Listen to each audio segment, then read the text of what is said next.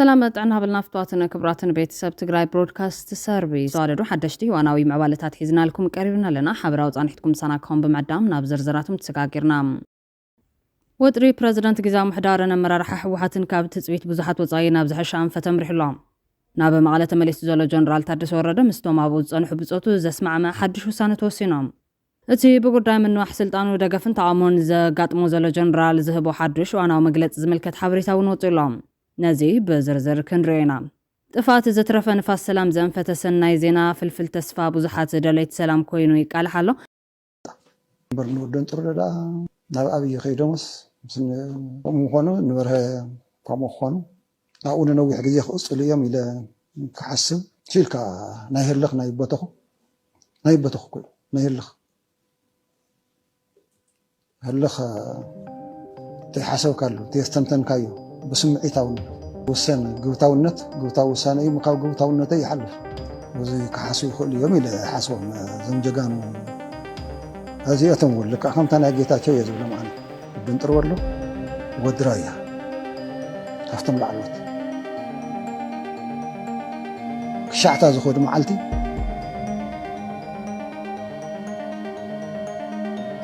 نايجغننت والتا تاتلا جغاننا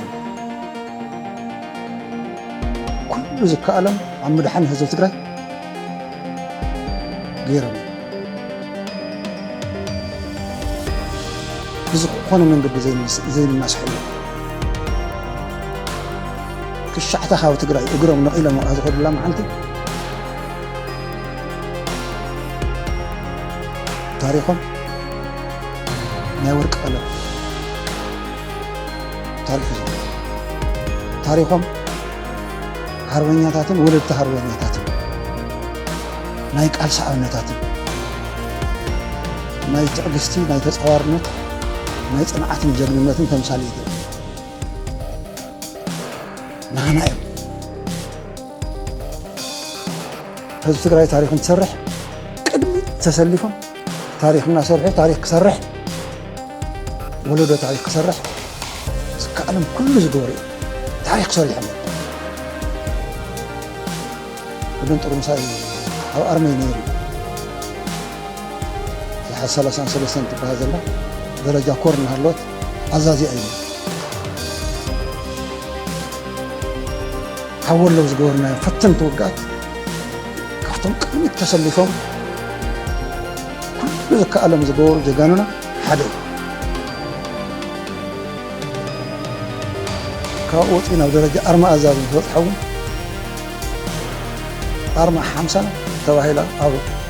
فلا بدا عرفت تتعاش نورت أخذ ملي أذي تتعاشت لو جنبار كيدو كنا تحت المقلبس رئي بصحيت التسعواتي أو قال لي إبوتاكم معين صاحب رغم ناتو هذا زي ما نايت قراي مريتي اللي كان بيز ولا كده ناتو زازازو مسألة نتن بزولا زي كنا يتقرأي مريتي زولو البنتر تلقى زولو دما مسو خير زلو زي زقرأ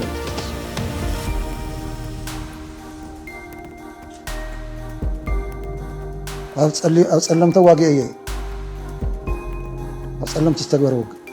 أرمى حمس حي أتسلم تزنور خناتات المقيار كافتم تاريخ صرح زنورو ساتو زنورو تقول انت أهرتا حدي وزيناتهم ما نمي يحرقون دحر هذا ما عم تايم كودو يفلت وتخيدم وذا اللودين كودو ويس وتو تقراي هزبوا من على ونتم من خوار تجمروا قدس فتحوا هزبوا قالتي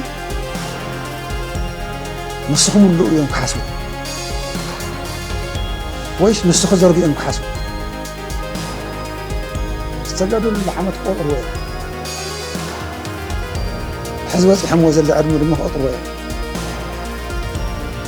شي هزباون قدس تاريخ يمدقهم عدم ريز عبي بحر دقي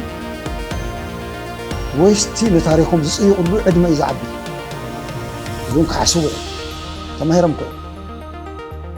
أنا يوم كو برقصانيነት أيونيوم كوسنو أيفلتن أبو علمي نزياتهم كالوت معبالتاتن كنكافلكم إنا مسانا صنحهم بقدامنت طفات سترفن نفاس سلام زنفة سناي زينا فلفل تسفا بزحات دليت سلام كوينيك على حلوم انه علات سلاسة مقابيت كل تشون عسر شمونتنا متمرت تنمل العالم بسنك أمريكان إسرائيل مسيران بستفتر خوينات تعاطيها من العالم إيكونوميوي من نقافة إرزنورة معزاو مسمر بحر هرموز نقوه بعلي تخافيتو لهم نستغطيلو واقانا دا العالم بحيال نهاري ينقل كل يقود لهم نحدا برميل حدا $120 بزح زنور واقا دفدف ندادي عالم ندادي مغرب تاقرات نمحلو تحيزون أزنورا ندادي داق عالم مغربن سعيبو ناب $88 وريدو لهم منيستر وزاق قدرات إيران أباس أراكجي كم زغلطو هاقرهم بعل 10 نطبين أي سلام تلم زغربت تكون كلا بز مسارة جماعة مسمر بحر هرموز كفت كوينون كتان توسينو لهم يخون مباركاب حزن دحاربة مسمر بحر نزحالفا مراخب إيران كارت ويدما تاكس مخفال كتجمر مخانا تمنيستر بوقع فليتو لهم أبتنا كل تسمونوان مقراس تخصي أبت مسمر وحسناي مسققار مسمر نكهلو تفغيرو لهم نتمسرحوون كتاتل ومخانا متمنيستر حبيرهم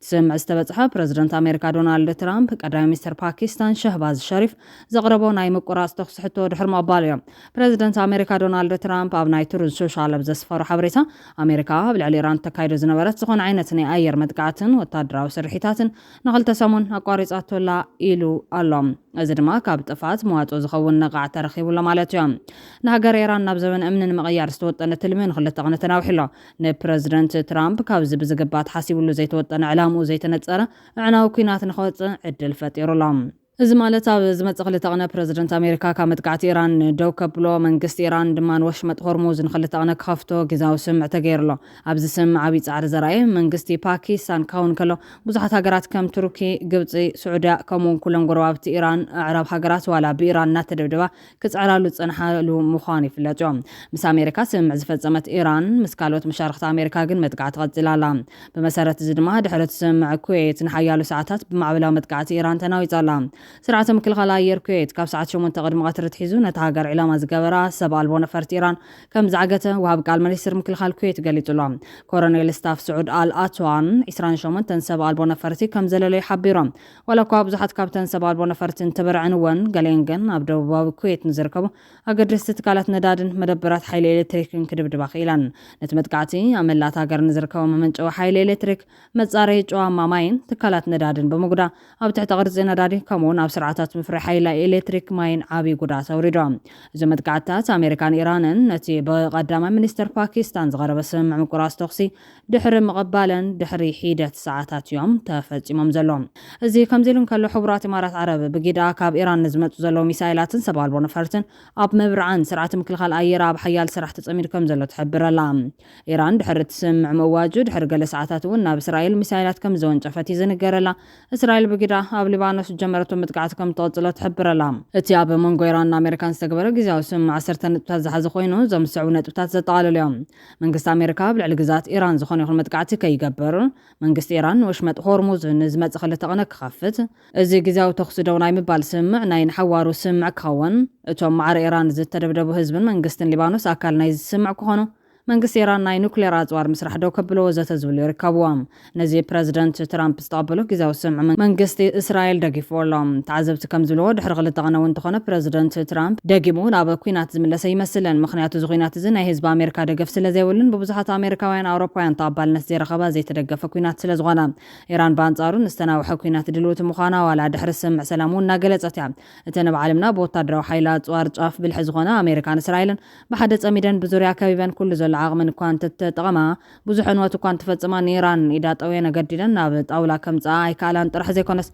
ناتدبدباون لمينا ناب سمع سلام كمصا ينزز عرازلوا أمريكان إسرائيل بزحات مرحتو كوان تقتلا نتاب وشتا زنبر سرعات آياتولا كفرسو ونيكالان بانصارقن هزب عالم ازانو تخيلو يكتاتلا زنبر تاتسلام ناي موداتا هموت كيما نسلام إيدا هبام بريزيدنت دونالد ترامب بحطو قدام منيستر باكستان شهباز شريف نقل تسامون نابل على إيران كفتصم تحاسيب زنبر سيطانا متقعتي دو كبلو تقدير لهم حزب إيران دما تمالي أو قدناتات تهران حقوسو كقلت أمسيو تزراز نبرنا حزب سمعي دما جزياو تخصي دو بمبالو ترحي نبران ناي زي سعر منفسن نعاود سمعيتن زحازل يمثل نيرو لزب إسلام آباد قصة العربي كل تميازيا لوخات أمريكان إيران ناب باكستان كتما إسلام آباد قص نقص تراخيوان بزعوة زلا سلام كزر عربيام فوليات لوخات ترامب من الباتون جي دي فانسي أب تزررب كساتفو تثبيت جبار أمون قلت يوم جناز زلون حنح وايت هاوس زعوة أمريكا إن بلن تقلتو إيران بوجنا بالدبابة تيران أمريكا بعلى 10 سنة وتن سلامنا كتقبل وصنعوا تمزجمنا بمال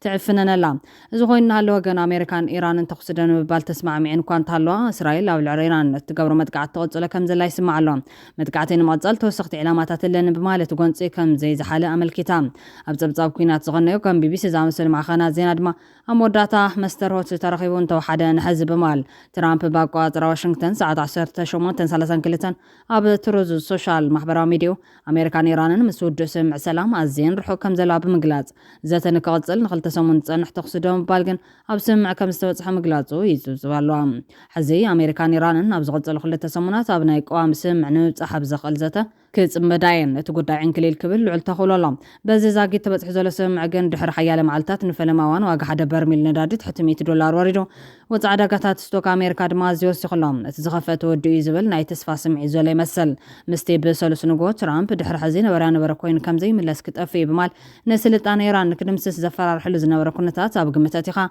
زعينت معبال نكبت أحوان تغنى رقص أينتين وران إذا كم زبل عمنا تتصابع مجلس تتصفت ورسقات ديو إيراناويان نتاغدمهم زنت أقوى أما كقبلوا أجدي دوام زلوجن زترجعت إيلان تنتصر زخان نجار نتعلقن كم زولا بتصرفن تصيف قالات نستسنى أو اشتغلت معلتي هم حبر أمر رخويتات صغيرة من فرار ترامب قاب زغنا زمن بريزيدنت أمريكا تراين تسمعون كم زي فلتو اتين خلت سومن زغزل سمع تقصدهم بال قام سلام انتمتيون كوينات إيران كمون قراربان قالات ترامب الرئيس استرفك فالعالم بلع أمريكا مولا بمولا كم زي غيروا يفلتو أب حدوان أما العالم كم حيل مرة قاعد تقل زنورت هاجر هذه مسارات عالم لخاو سرعات بعلات عنولا أو اشتاوي بوليسكاو سرعات لمدتات متحسن بفنو مخادن زفلت بريزيدنت ترامب زعينة سكايدو هذه أمرخ عالمون كدقمو يرالهم حيال عبالا سلف ديمقراط نقالات ترامب بقطبة بمخنان كساب كاب سلطانو كيلا كتوع تسمعهم أبال كونغرس جواكين كاسترو أب إكس تي بريزيدنت نقول كل يدن لهتس يزلو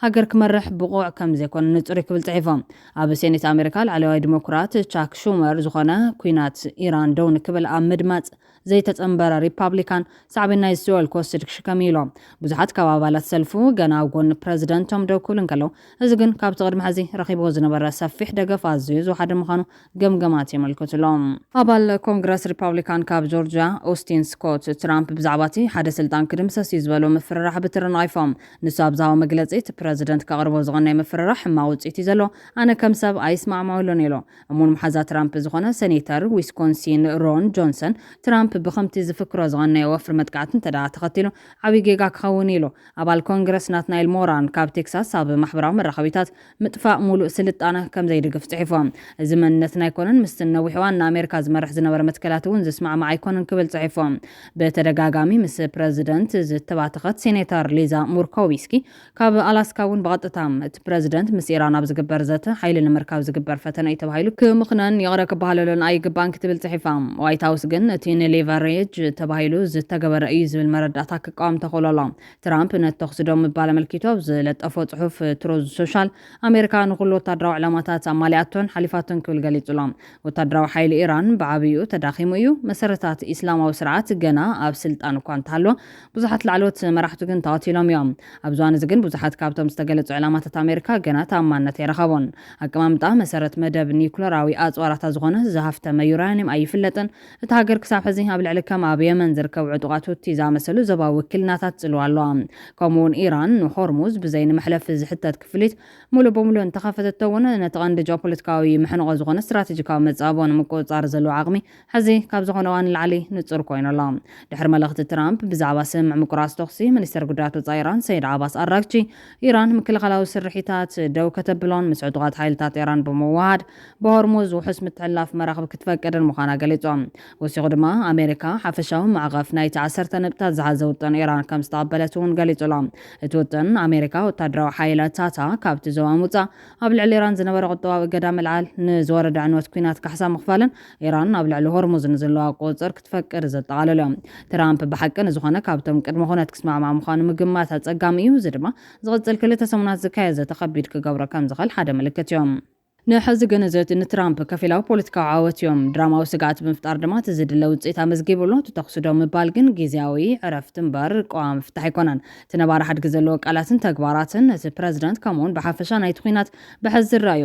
እዚ እቲ ዞባዊ ምዕባለ ኮይኑ ድሕሪ ዝስምዕ ኣብ ቀርኒ ኣፍሪካ ማለት እውን ኣብ መንጎ ትግራይ ኢትዮጵያን ኤርትራን ዘስዕቦ ጽልዋ እንታይ እዩ ዝብል ሕቶ ምልዓል ኣገዳሲ ኮይኖም ስርዓት ኢትዮጵያ ንዝሓለፈ 2 ኣዋርሕ ፕሮፓጋንዳ ዓሰብ ቀሰቢሉ ገዲፍዎ ጸኒሑ ነይሩ እዩ። ንምንታይ እቲ ፕሮፓጋንዳ ገዲፎምዎ ንዝብል ሕቶ ፖለቲከኛ ኃይሉ ከበደ ኣብ ኮርነር ፕረስ ቀሪቡ ኣብዛው ቃል ምሕተት ኣሜሪካ ብኢራን ብኩናት ተጸሚዳ እናሃለወት ኣብ ቀይሕ ባሕሪ ተወሳኺ ዕግርግር ንክፍጠር ፍጹም ኣይትፈቅድን ኢሉ ነይሮም። ስለዚ ኩናት ኢራን ሓደ ምኽንያት ጠጠው ምባል ፕሮፓጋንዳ ዓሰብ ክኸውን ይኽእል እዮም። ኩናት ኢራን ብስምምዕነት ጠጠው ዝብል ዘሎ ይመስል። ኩናት ኢራን ብስምምዕነት ጠጠው እንተይሉ ድማ ስርዓት ኢትዮጵያ ጉዳይ ዓሰብ ክቕጽለሉ ይኽእል እዮም። ፕሮፓጋንዳ ዓሰብ እንተቐጺሉ ድማ ስርዓት ግደፍ ናይ ምክልኻል ስርሖ ጠናኺሩ ክቕጽለሉ እዮም። ቀንዲ መከላኸሊ ድፋዕ ስርዓት ግደፍ ድማ ትግራይ ክትከውን ጻዕርታት ከም ዘሎ ይፍለጥ። ኩናት ኢራን ጠጠው ምባሉ ኢኮኖሚያዊ ቅልውላው ምቅላሉ ከም ዘሎ ኮይኑ ኣብ ትግራይ ናይ ውክልና ውግን ክልዓል ምኽንያት እውን ክኸውን ይኽእል እዮም። ስለዚ ሎሚ እውን ከም ትወትሩ እንምሕፀኖ ፖለቲከኛታት ትግራይ ክልብሙ ትግራይ ዓውደ ኩናት ከይትኸውን ክሰርሑ መልእኽቲ መምሕላፍ እዮም።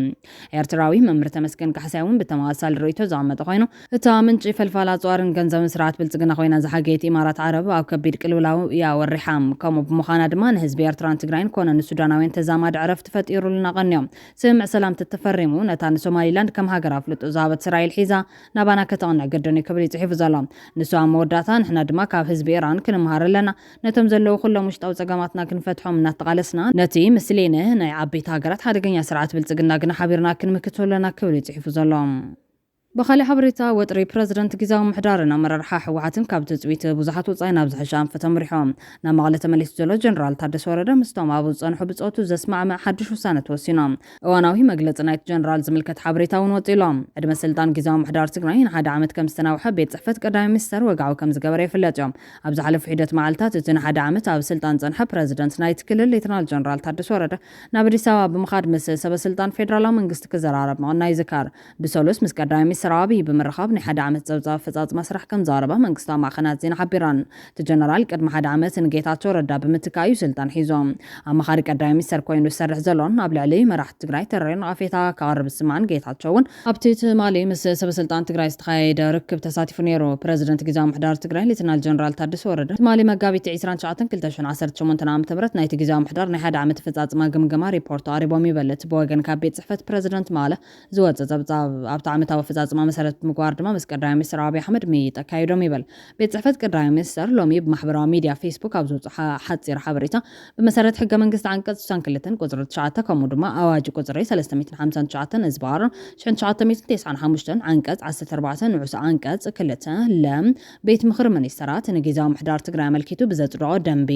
479 ዝባር 2013 አንቀጽ 4 ቁጽሪ 2 ብመሰረት ዘቕረቦ ፀብጻብ ሓደ ዓመትን ካብ ሚያዝያ 1 2018 ዓመተ ምህረት ጀሚሩ ሹመት ሌተናል ጀነራል ታደሰ ወረደ ሓደ ዓመት ከም ዘናውሐ አመልኪቶም እዚ ዝሓለፈ ዓመት ብሰንኪ ዝተፈጠረ ዘይመቀዳዳ መንጎ አዲስ አበባን መቐለን ወጥሪ ሰፊኑ ከም ዘሎ ይፍለጥ እዩ ነሲዕቡ ተቐጺሉ ዝመጽእ ዘሎ ምዕራፍ ፖለቲካ ትግራይ እንታይ ምዃኑ ምግማት ከቢድ እኳ እንተኾነ ናይ ውዕሊ ፕሪቶሪያ ምዕራፍ ግን ብናይ ክልቲኦም ፈረምቲ ናይ ተናጸል ውሳነን ተግባርን ብዕሊ ሎሚ ተዓጽ ይመስል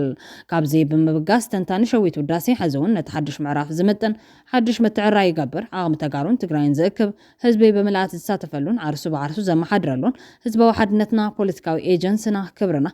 ለቨርጅና ዝምልስን ሓደ ሓበራዊ ጊዜያዊ ስሙር ማእኸል መንግስትነት ይመስረት ዝመጻናይ መንገዲ ካብ ዝንላዕሊ ክወስደና ይኽእልን ክብል ፀውዒሎም ሹመት ፕረዚደንት ታደሰ ወረደ መንውሑ ሲዒቡ ደገፍን ተቃውሞን ዝቐርበሉ ዘሎ ኮይኑ ደገፍ ዝሃቡ ወገናት ህዝቢ ትግራይ ዘይከሚዱ ብኹናትን ሳዕቤናቱን ዝተሃሰየ ሕዚ እውን ገና በሰሉ ዝሓወየ ህዝቢ እዮም ዋላ እኳ መሪፅና ዝኣተና እንቶ ዘይኮነ ዝበፅሐና ጉዳት ግን ዓሚቑ ሕዚ ትግራይ ዳግም ናብ ኩናት ዘእተዋ መሪሕነት ኣይትደልን መሰልናን ረብሓናን ብዲፕሎማስያዊ ውሕልና ዘረጋግፀልና መሪሕነት ንደሊ ንጠልብ ጀነራል ታደሰ ወረደ ኣብ ዝሓለፈ እዋናት ከም ህዝብን ኣብ ኩናት ኬናቱ ዝተፃወተው ግደ ታሪክ ዘይርስዑ እዮም። ኩናት ንምትራፍን ኣብ መሰረታዊ ረብሓታት ትግራይን ከይተደራደረ ረብሓ ትግራይ ብዘይ ኩናት ንምርግጋፅ ኣዝዩ ልዑል ፃዕሪ እናገበረ ፀኒሑ እዮም። መሪሕነት ፕረዚደንት ታደሰ ወረደ ንሓደ ዓመት ምንውሑ ሰላም ትግራይ ኣብ ድልድል መሰረት ንክህነፅ ዕድል ዝህብ እዮም። ኩሉ ከም ዝፈልጦ ጀነራል ታደሰ ኣብ ቃልሲ ህዝቢ ትግራይ ርኡይ ግደ ካብ ዝተፃወቱ ጀጋኑ ደቀ ህዝቢ ሓደ እዮም። ፖለቲካውን ወታደራውን ብቕዓቱ ብዝምልከት እውን ኩሉ ዝፈልጡ ሓቂ እዮም። ጀነራል ታደሰ ቅድሚ እዞም ሕዚ ዘለዎ መሪሕነት ህወሓት ማእከላዊ ኮሚቴ ዝነበረ ዕድመ ንእስነቱ ንቃልሲ ህዝቢ ዝወፈየ ምዃኑ ዝፍለጥ እዮም። ስለዚ ግዜ መሪሕነት ጀነራል ታደሰ ምንውሑ እንተ ወሓደታ ዝርከባ ሰላም ከይትፈርስን ኣብ ከይዲ ክትፀንዕን ብሰላምን ብዲፕሎማስን ረብሓና ከነረጋግፅን ዕድል ስለዘብ ኩሉ ክድግፎ ከም ዘለዎ ንኣምን ክብሉ ደገፎም ገሊፆም ኣለዎም። ጀነራል ታደሰ ወረደ ስልጣኑ ኣብ ዘናውሐሉ ዕለት ኢቲቪን ፋና ቴሌቪዥን ሓዊስካ ትግራይ ኣብ ጎድና ልምዓት ተመልኪተን ፀብፃብ ዛረባ ኮይነን። ኣብቲ ፀብፃብ ካብ ዝቐረቡ ዛዕባታት ኣብ ሕርሻ ኣብ ስራሕቲ ሕርሻ ጽቡቕ ምንቅቃሕ ፈጢርና ኣብ ሕርሻ ከተማ እውን ጽቡቕ ለውጢ ምፂና ኣብ ዝሓለፈ ዓመት ጥራሕ 13.6 ሚልዮን ኩንታል ምህርቲ ተረኺቡ ሓረስቶት ብዘመናዊ ሕርሻ ትራክተር ዘመናዊ ድኹዕን ቀረባትን ይሓርሱ ኣለዉ ይብል ታደሰ ወረደ። ይኹን እምበር ሓረስታይ ትግራይ ብሰብ ግዜ እናተዘበጠ ብዓብዩ ድማ ብወረርቲ እናተጎበጠን ብጆኖሳይድ እናፀነተ ርእሱ ከየቕንዐ ዝኣክል ባጫ ክትባጨው እንታይ ዓይነት ድፉንነት የድሊ ይኸውን? ሓረስታይ ትግራይ ቅድሚ ሸሓት ዓመታት ዝሓርሰሉ ዝነበረ ብዕራይ ሓሪምዎ ብኣድጊ ኣብ ዝሓርሰሉ እዋን ብዘመናዊ ሕርሻ ንሓርሰልና ኢልካ ምሕሳብ መንግስታዊ ሓላፍነት ዶ ካሊእ ኢልካ ምሕሳብ ትግደድ ዝብል ተቃውሞ ገጢሞላ። ኣብ ምሕዋይ ከባቢ ፀብፃብ ጀነራል ታደሰ ወረደ ዝምልከት ኣብ ትግራይ ኣብ ዝሓለፈ ዓመት ጥራሕ ልዕሊ 23,000 ሄክታር መሬት ብወፍሪ ምድሓን ሓመድን ማይን ተኻይዱ ልዕሊ 33 ሚልዮን ተኽልታት እውን ተኺልና ዝብል ኮይኑ ይኹን እምበር ነዚ ተቃውሞ ዘቕረቡ ወገናት ኣኽራናት ትግራይ ንክልምዑ መጀመርታ እቲ ተዘሪኦሞ ዘለዉ ቡምባታት እኳ ኣይተፀረጋን። በብሰሙኑ ብዝመረቱ መሳርሒታት ኩናት ዝሃልቂ ዘለዉ ህፃውንቲ ትግራይ ከም ድላዮም ዝወፍሩሉ ከባቢ ከይፈጠርካ ክንዲ ዝኣክል ከባቢ ኣሕዌልካ ንኽትቅልድ ነውሪ ኢሎም ኣለዎም። ኣብ ማኒፋክቸሪንግ ዝምልከት እውን ልዕሊ 67,000 መናእሰይ ተወሳኺ ዕድል ስራሕ ተፈጢሩሎም ኣብ ኢንዱስትሪ ድማ ልዕሊ 131 ናይ ማኒፋክቸሪንግ ኢንዱስትሪታት ተጣይሸን ናብ ስራሓት እየን። ኣብዚ እውን 86,000 ዝኾኑ ዜጋታት ዕድል ስራሕ ተፈጢሩ ዝብል ፀብፃብ ጀነራል ታደሰ ወረደ እውን ተቃውሞ ዝገጠሞ ኮይኖም መንእሰይ ትግራይ ንዓዱ ገልዒ ደብሪ ኢላ ተበታቲኖም ኣብዚ ሕዚ እዋን ውላዱ ኣብ በረኻታት ሊብያን የመንን ኣብ የዲ ሸፋት ወዲቕዎ መልክዕ ውላዱ ብወረቐት ኣጋዲሙ ኣብ በሪ ቤተ ክርስቲያንን መሳጅድን ይልምን ኣብ ዘለሉ እዋን ታደሰ ወረደ ክንደዚ የባጮም ኣብዚ ዓዲ ኮይና ካብ ዝተዓዘብናዮም ከብድታት እቲ ሰፍሐ ከብዲ ናይ መን ኢልካ ንምግማቱ ዘፀግም ኣይኮነን። ገዛቱ ከምዚ ኢሎም ክጣልዕሉ ዝፈቅድ መንእሰይ ብሓቂ መሕፈር ወለዶ እዩ ዝብል ንኣፌታ እውን ቀሪቡሉ ኣሎ። ጀነራል ታደሰ ወረደ ኣብ ትምህርቲ ኣመልኪቱ ዝበሎ ልዕሊ 400 ኣብያተ ትምህርቲ ብምፅጋንን ሓደሽቲ ክፍልታት ብምስራዕን ናብ ስራሓት ኢና ብ3.2 ቢልዮን ብር ወፃ ምግብና ተምሃሮ ካይድና መምሃር ምስትምሃር እውን ነካይድ ኣለና ዝበለ ኮይኖም ይኹን እምበር ተምሃሮ ትምህርቶም እናቋረፁ ናብ ስደትን ሸቕልን ፋሕፋሕ ኢሎም መምሃራን ምስ ሓራ መሬት ርክብ ኣለኩም እናተባህሉ ድሕነቶም ክሰጎ ብምግባር ዓዶም ሓዲጎም ገሊኦም እውን ተሰዲዶምን ብሰንኪ ሕፅረት ደሞዝን ተምሃራይን ሞያ ቀይሮም ኣብ ከባቢታት ሰሜን ምዕራብን ማእኸልን ዳሳት ጥርሕን ተሪፈን ብሰንኪ ስእነት መምሃሪ ክፍልን መምሃራንን ተምሃሮን ተበታቲኖም መምሃራን ስርሖም ጠንጢኖም እግሮም ናብ ዝመርሖም ይኸዱ ኣለዉ ዝበሉ ነዚ ፀብፃብ ዝተቃውሙ ነቐፍቲ ኣንታ መንእሰይ ዓድኻ በዚኦም ትሽወጠላ ሓሽከርነትን ግዜያዊ ጥቕምን ወፂኻ ዓድኻ ኣድሕን ክብሉ ፀዊዖም።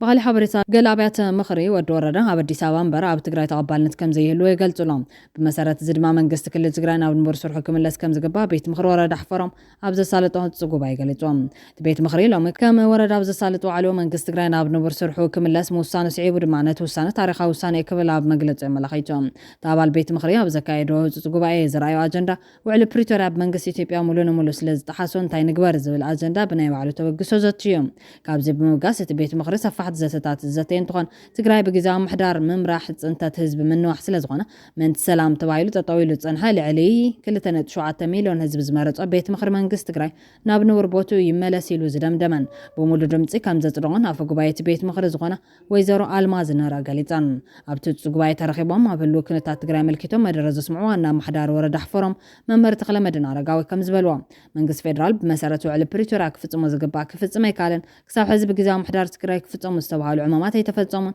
እቲ ብህዝቢ ዝተመረፀ ስሩዕ መንግስትና ናብ ንቡር ቦትኡ ኣይተመለሰን ፀገም ህዝቢ ትግራይ ክፈትሕ ኣይካለን። ስለዚ ቤት ምኽሪ ወረዳና ህፁፅ ጉባኤን ኣባላት ፀዊዑ ሕጋዊ ቤት ምኽርን መንግስቲ ክልል ትግራይ ናብ ንቡር ስርሑ ክምለስ ምውሳኑ ታሪኻዊ ውሳነ ክብል ገሊፆም። ኣብ መወዳእታ ሓላፊ ቤት ፅሕፈት ምሕዳር ህንፀትን መጓዓዝያን ወረዳ ኣሕፈሮም ክኾኑ ናይቲ የማነ ግርማይ ሽመት ኣፅዲቑሎም ክብል ጉዳያት ኮሙኒኬሽን ወረዳ ኣሕፈሮም ይሓቢሮም። ቤት ፅሕፈት ጉዳያት ኮሙኒኬሽን ዞባ ማእከል 30 መጋቢት 2018 ዓ.ም ኣብ ዘርጉ ሓበሬታ ኣመልኪቱሎም ትማሊ ከምዚ ዓይነት ተቃውሞ ዘለዓላ ወረዳታት ልዕሊ 20 ምዃንን ዝፀብፀበ ዛራ ሚድያ ودوردت مع العلت 29 مقابيت 2018 عام تمرت أماسيو دما ممرح كم زوردن تصبصيبو نيرو يوم أبزي ننا وردا نزاي زواتات أم حضرت سلعه بتغرينيا تطعميو بحالنيا عقد أمت مالي تغرينيا سزينا تنام حالنيا بلي بدحري خاص ولا قنبل نشتري تخطو له تعاتب سلامات يا تبل سلامات تبل مو حدا كلتم أتنقطع حدا يبني بيت مر ورادات ما خلاي زوا وسارتات يحلف له إذا مدب إذا تقبلكم يكون زوردكم حلفنا توصلوا وعلىكم يكون تقبلكم يكون زوردكم إذا مدب مال قالوا تقول تلقى قبروا كابزوا ما خلاي زوا قالوا ورادات زواتات زلوا ما عدا تقول تلقى قبروا يبلغ قالاي قدم فتصمت زوبا مريضكم بعلكم كتشوموا وكلنا هيبكم تنوروا بزملتي على إلى يلقوا أبكربا زجبركم ومتعرعين تليوا أنا خفر ملو علني ودي شاوونا ولا من حتى درود حنا معونا ولا علني ذات ديكو فايد لتا زي حدا مسحات وطو حدا مسحات وطو بريزيدنت تግራይ ንናይ ወረዳ ቤት ምክሪ ከመይሊ ካይድ ኣኸራይ ካይድ ኢሉ ቻሌንጅ ክገብር ኣብዚ ምድሪ ስራ ይፈልጥ ድሕሪ ዞም ምዕባለታት ግን ፕረዚደንት ግዛዊ ምሕዳር ትግራይ ጀነራል ታደሰ ወረደ ናብ መቐለ ተመሊሱ ሓደሽቲ ለውጥታት ከም ዝተገበሩ ድሒሮም ዝወፁ ዘሎ ሓበሬታታት ተመልኪቶም ብልክዕ እውን እቲ ጀነራል ኣነ ከም ጌታቸው ከይመስለኩም ዝበለ ሓቂ ኮይና ዘበለ ምዕባለይ ተኸሲት ዝበሃል ዘሎ ብመሰረት ዝድማ ቤት ምክሪ ወረዳታትን ዞባታትን ውዕል ፕሪቶሪያ ተጣሒሱ እዩ ግዛዊ መንግስቲ ኣይንደልን እቲ ኣብ 2013 ዓ.ም 2.7 ሚልዮን ዝተመረፀ ሕጋዊ መንግስቲ ትግራይ ናብ ቦትኡ ይመለስ ብማል ዘውፅኦ መግለፂ ክስሕባ ከም ዝተገበረ ዝተፈላለዩ ምንጭታት ዘረጋግፁ ዘሎ ዝኸውን ዘሎ በዚ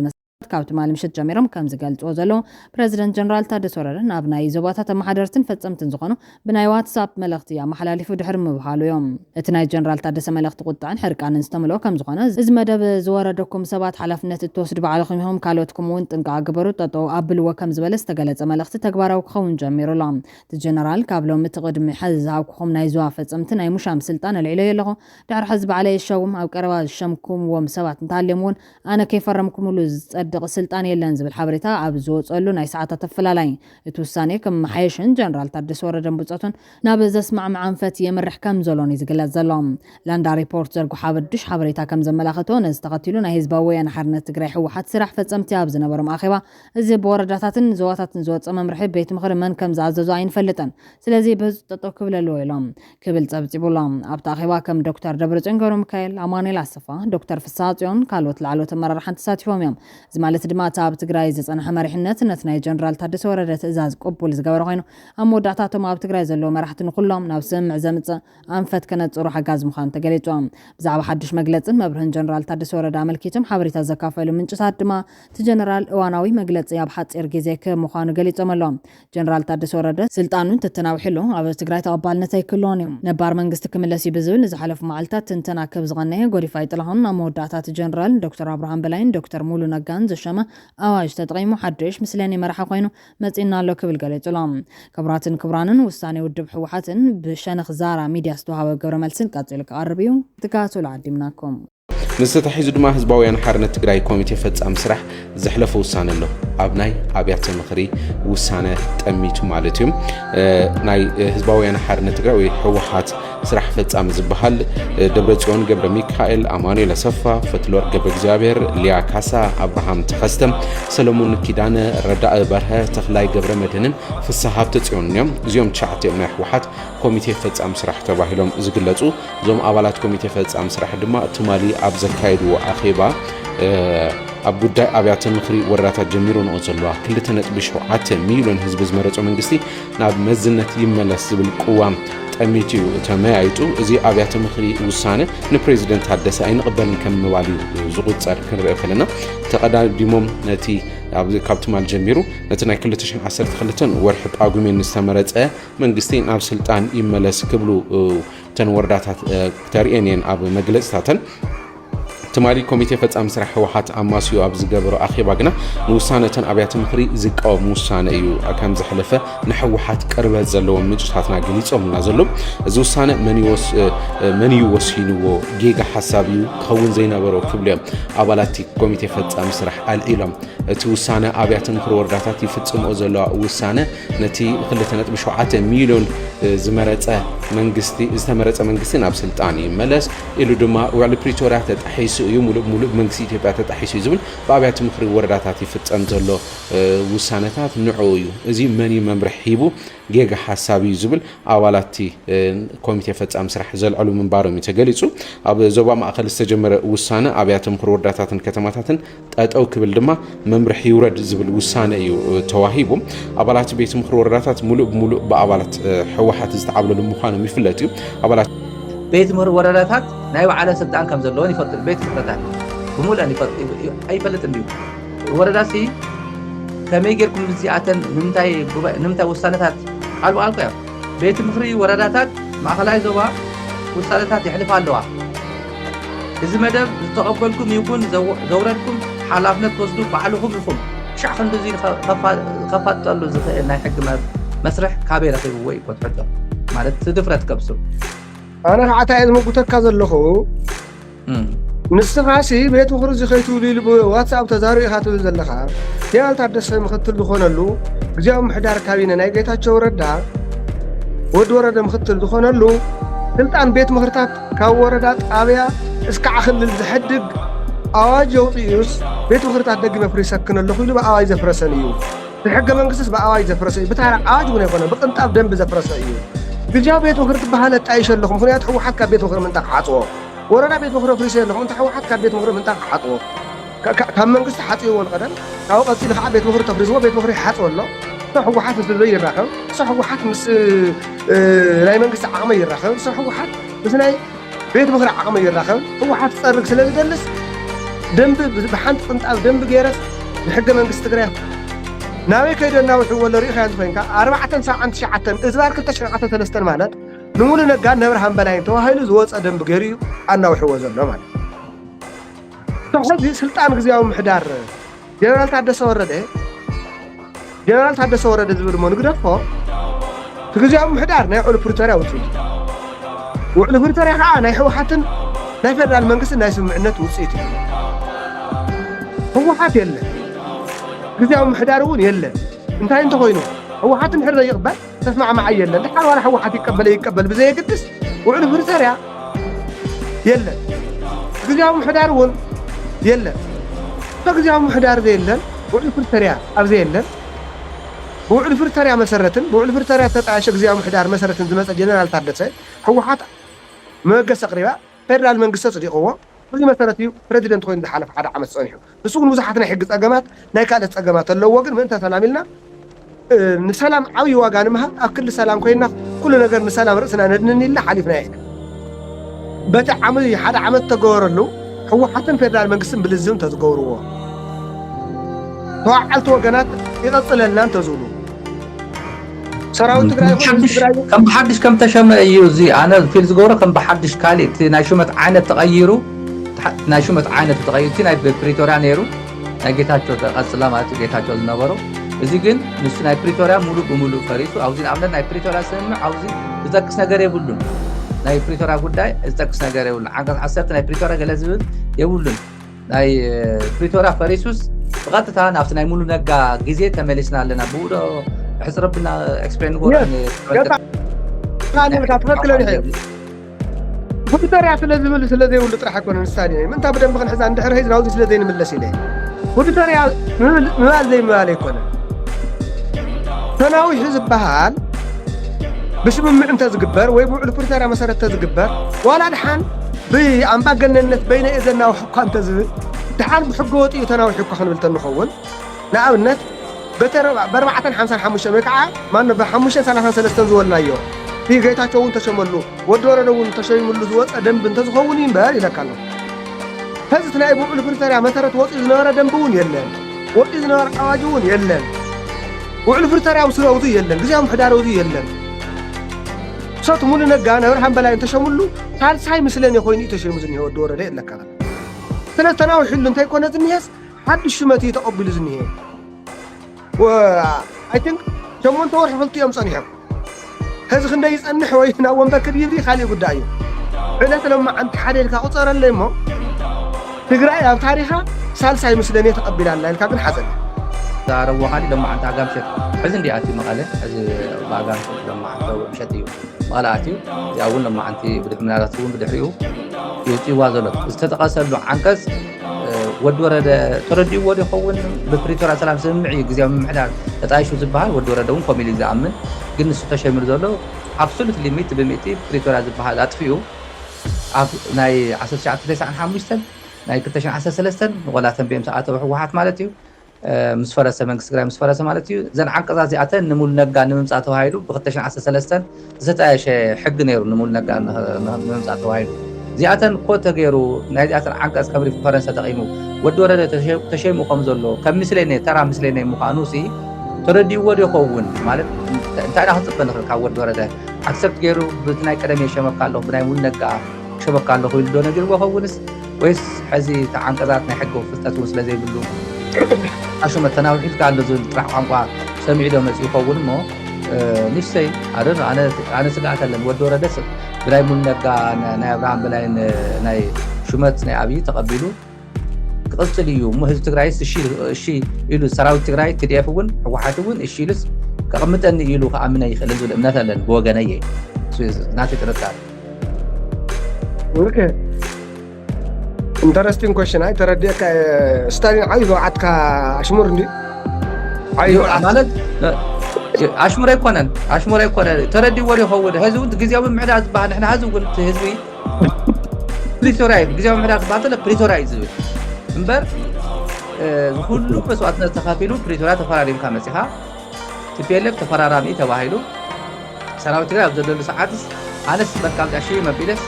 ብናይ ቀደም 2013 ናይ 95 ዓመት ተጠይመስ ኪድ ቀጽል ሸይመካ ኣሎ ኮይኑ ሓድሽ ሹመት ናይ አብይ አሕመድ ተቀበሊ ክእል ዝብል እምነት ስለዘይብለ يعني ምስ ዘሎ ፓተርን የዝርቆ ናት ምስ ካፕተን ፕሪቶሪያ ንትኸይድ ብልጽግና ተገዲድና ፕሪቶሪያ ንኸይድ ካብ ዝገበሩ መሪሕነት ሓደ ስለዝኾነ ወደወረደ ተመሊሱ ካብ ዝኩሉ እምባ ወሪዱስ ሽኾርተት ኢሎም ሚድያ ኣብ ሜዳ ናይ ሙሉ ነጋ ሹመት ተቀበሊ ዝብል እምነት ስለዘይብለ እዩ አይ እንታይ ዝለካ ኣለኹ ምስ ተዛራ ሚድያ ጉዕዞ ቀኒና የንዲ ተሽሙር ዝለካ ኣለኹ ሕዚ ታዩ ወደወረደ ናቴ እምነት ክዛር እምነት ኩለካ ከለኹ ከምልኽ ይኮንክን ካብ መረዳእታታት ካብ ዘለና ሓበሬታ ናተወክስ ገና ኮንክሉዥን ዝበፅሕ ዘለኹ ማለት ኣብ ዛራ ሚድያ ብሓበሬታ ከም ዝረኸብኩም ዛራ ሚድያ ካብ ናይ ባዕላ መሓወር ውሽጣዊ ምስጢር ከም ዝረኸበቶ ካብ ኣዲስ ኣበባ ሰለስተ መድረኻት ተኻይዶም ነይሮም ኢልና ናብ ዝሓለፈ ክልተ ሰሙ ናይ ኣውሮፓ ሕብረት ናይ GSTS ናይ ምስ ብልጽግና እንደገና ትግራይ ባዕሎም ከዓ ንስንሳቶም ማለት እዚ ንምግባር ንዝሓለፈ ዋርሕ ثلاث ጊዜ 4 ጊዜ ኣኻባታትና ተገበሩ ተበኺዑ ተነድ ተዳልዩ ድሕሪኡ እውን እንታይ ከም ዝግበር ድሓር ክመፀካ እንዲ እንታይ ይኾን ዝኽእል ህዝታይ ዝተዓብየኑ እንታይ ኢምፕሊኬሽን ዝብል ክንሪኦ እንዲና ተገይሩ ተወዲ ወረደ ንፎርማሊቲ ኣዲስ ኣበባ ከይዱ እምበር ኣነ ዝደብዳቤ እዚ ቅድሚ ወርሒ ተወዲኡ ኢለ እዛ ምኒማን ከዓ ዓድሚ ክልተ ሰሙን ተወዲኡ ኢለ እዛ ስለዚ ይፈልጥ ጥራሕ እንተይኮነስ ምክክርን ልዝብን ተገይሩዎ በዛ ደብዳቤ እዚኣ ብትርከብ ሽመት ድሕሪ ሽመት እንታይ ከም ዝሰርሕ እውን ፕላን ወፂዎ ቁምዶ መዓት ከም ንቁምዶ ከመይ ገይሮም ከም ዘፍርስዎ ድሕወሓት ከመይ ገይሮም ከም ዘፍርስዎ ከመይ ተዋዲዶም ከም ዝሰርሑ ኩሉ ጨቢሎም ተማኺሮምሉ ተማይጦምሉ እዮም ገይሮምዎ ዝኾኑ ዝብል ኦፒንየን ኣለና This is my opinion እዚ ከዓ ካብ መረዳእታ ተመስሪተ እዩ ደወረደ ከም ነጋ ከም አብርሃም ምስለነ ገይሩ ክሸሞ ስልጣን ከም ዘለዎ አንቀጽ ተቀይሱ ወዲ ወረደ አናዊ ሕልካ ይብለሎ አና ፕሪቶሪያ ኮነት እንተናዊ ሓዘላ ከም በሐዲስ ከም ተሾማ ቁጣ ዝግባእ እዚኣ ፕሪቶሪያ ዝበሃለው ዝገብሉ ኣብዚ ኣትማሊ ሽምጥኩም ገትልኩም ትከራኸሩ ዝነበርኩም ኣብ ሰራዊት ዘለኩም ሽምጥቃ ስለዘየለና ስለትፈጥዎ ሰራዊት ዘለኩም ንመን እዮም ብፍለፍል ዓድ ዘሎ ማለት እዩ ሕዚ ከ እንታይ ኣኹም ትብሉ ባይዶ حتى ناس هاي نحن حسابات كنا ود ورد تسجعكم أنا قبل ويا زول النت يبلي زل النت حاسس بابا قبل ويا هذا تبع 3 ساعات أنا صوبيا ኣኺባብ ዘለው እዞም ዓበይቲ ዋላፍቶም ሰራዊት እዞም ሰራዊት ዘለው ኣብ ናይ ሕወሓት ግለኳ ሕወሓት ይብል ኣብ ሰራዊት ዘለው ይፍለጥ እዮም እቶም ሰባት ንሱ ማሳጅ እናገበረ ግዛዕ ምዛእ እናገበረ ከስልፎም ዝኽኣል ዝሞከረ ኣለው ሕዚ እውን ኣብቶም ኣብቶም ሰራዊት ዘለኹም ሰባት ኣብቶም ግዜያዊ ምምሕዳር ዘለኹም ብናይ ሕወሓት ኮታ ድዮም ብናይ ካሊእ ሕወሓት ብናይ ካሊእ ኮታ ኣብኡ ዘለኹም ወዲ ወረደ ብምንታይ ዓንቀጽ ተሸይሙ ኢልኩም ናይ ሕጊ ምህሮ እንተዘይብልኩም ናይ ሕጊ ፍልጠት ተዘይብልኩም ተን ዓንቀጽ ረእይወን ብናይ ሙሉ ነጋ እዩ ሸይምዎ ፕሪቶሪያ ዝበሃል ዓንቀጽ ይጠቐሰ ኣምፂልኩም ኣሎ ንቕበሎ ኢና ወ ዋላ ከሙሉ ነጋ ይምፃእ እንተልኩምዎ ንሙሉ ነጋ ንኣብርሃም ንምንታይ ተቓሊስኩምዎ ንምንታይ ብምስለኒ ንግዛእ ኢልኩም መንእሰይ ትግራይ ጠጢቕኩም ንምንታይ ዝኩሉ ፕሮፓጋንዳ ሰሪሕኩም ህዝቢ ትግራይ ጠጥኦ ኣቢልኩም ኣብዚ ኩሉ 6-7 ዓመት ክራይሲስ ተቐሚጥኩምዎ ከንዛረበሉ ኢና